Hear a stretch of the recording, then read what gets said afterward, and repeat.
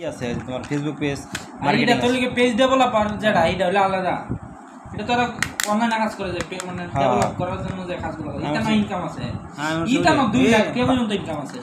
পাগলের কথা ওই যে পেজ এই যে নাম শুনছেন না?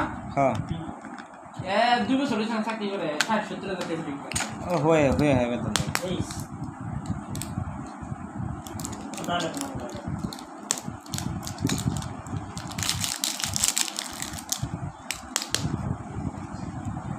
এক রাতে শর্ট সাউন্ড ভাই সাউন্ড